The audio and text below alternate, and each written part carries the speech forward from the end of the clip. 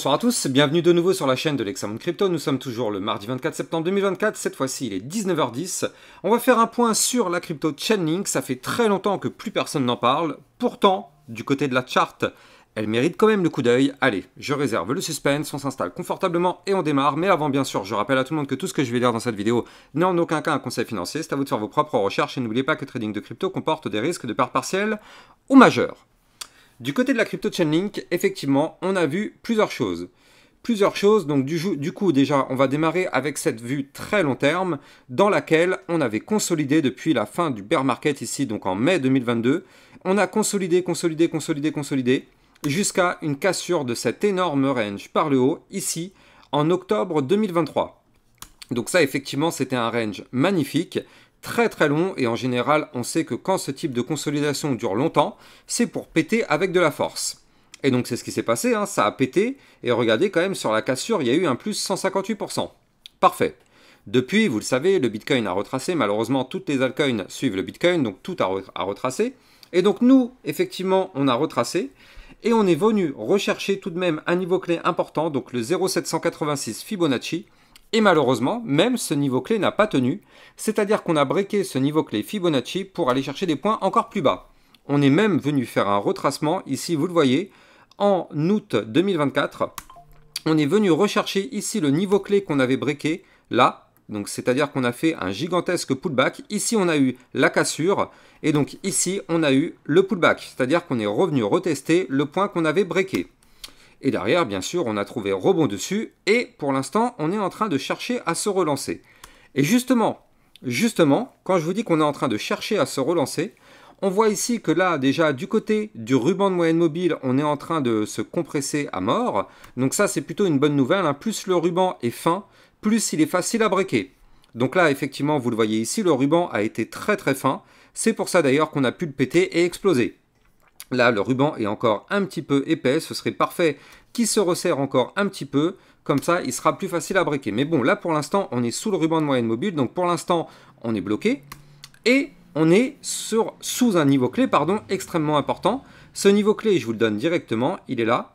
Il correspond à la ligne de coup d'un double bottom. Donc ici, on a le premier bottom, deuxième bottom. Je rappelle que ça, c'est une figure chartiste de retournement haussier. Donc pour l'instant, il n'est pas validé ce double bottom, mais en tout cas, on est en train de former une structure pour vouloir dire qu'on aurait envie de se relancer. Pour valider cette structure, il faudra breaker en vue hebdomadaire les 12,11 $.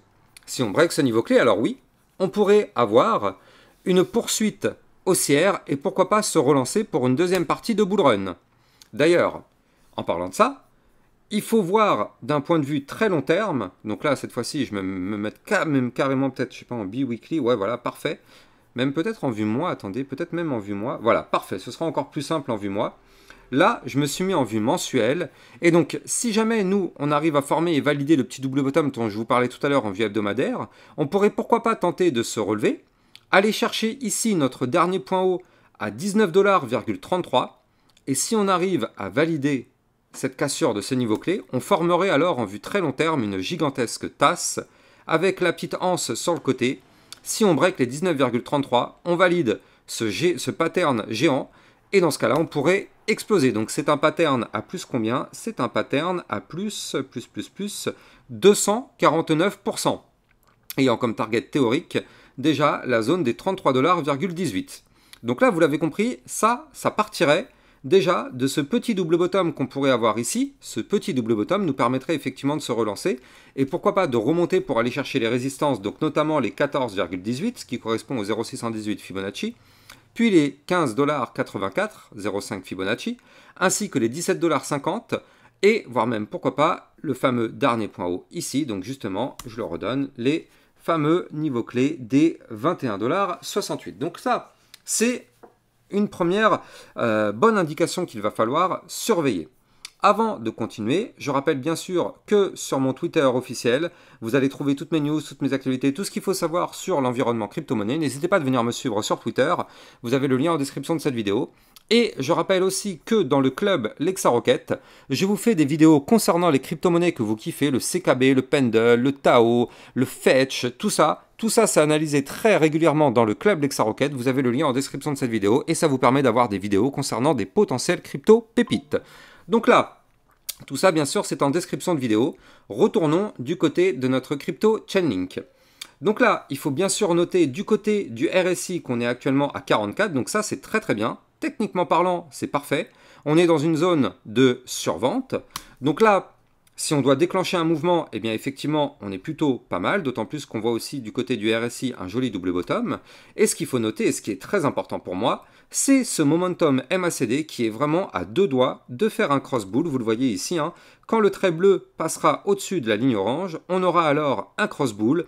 Et effectivement, ça pourrait déclencher quelque chose de très intéressant du côté de la crypto Chainlink. Donc ça, c'est pour la vue très long terme. Alors, bien sûr, il est très difficile de dire qu'on va faire des x5, x10. Alors ça, en général, quand les youtubeurs vous disent ça, c'est juste pour vous mettre des étoiles dans les yeux. Mais en réalité, il est impossible de savoir si une crypto va faire un x5, x10. On ne sait même pas déjà si elle fera un x2. Néanmoins, nous, ce qu'on peut savoir, c'est que si jamais on se met à pump, eh bien je vous ai déjà donné une target tout à l'heure, et on pourrait même aller chercher notre ATH, enfin notre dernière clôture la plus haute à 38,2 $, et si on va chercher la dernière mèche la plus haute jamais atteinte, eh bien en réalité c'est ça notre ATH, c'est les 53,10 $. Donc ça, en tout cas, si jamais on se met à pump et qu'on repart en bull run, alors ce seront des niveaux clés qui pourront être atteints. Effectivement, ça, il n'y a pas de souci. Enfin, il n'y a pas de souci. Oui et non, tout dépend de la force, effectivement, du mouvement. Mais bon, pour l'instant, en tout cas, ça peut déjà servir de première target à venir récupérer en cas, effectivement, de poussée haussière.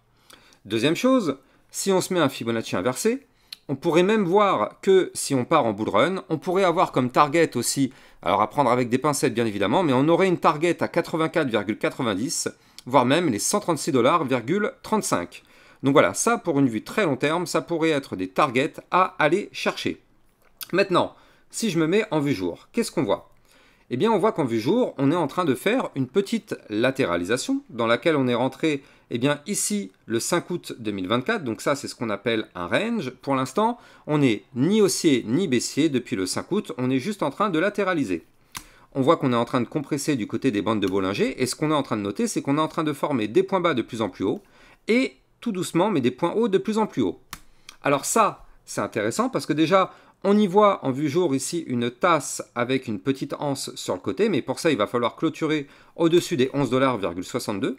Mais surtout, ce qu'on voit, c'est que ce range ici, eh bien, si jamais on arrive à le breaker par le haut, ça pourrait être déjà un premier mouvement intéressant à surveiller.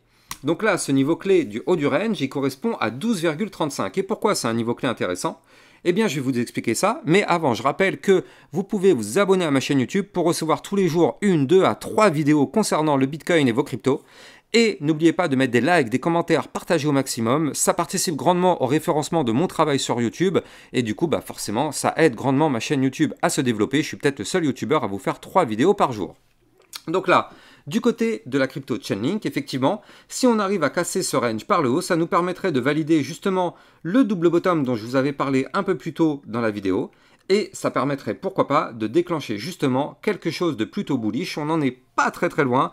À surveiller de très près, ça peut être une crypto pépite dans les prochains jours, prochaines semaines.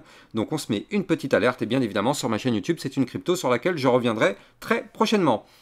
Allez, j'ai plus qu'à vous souhaiter une excellente fin de journée, je vous dis à plus tard, rendez-vous demain matin à 8 h pour une prochaine vidéo sur le Bitcoin. Ciao ciao.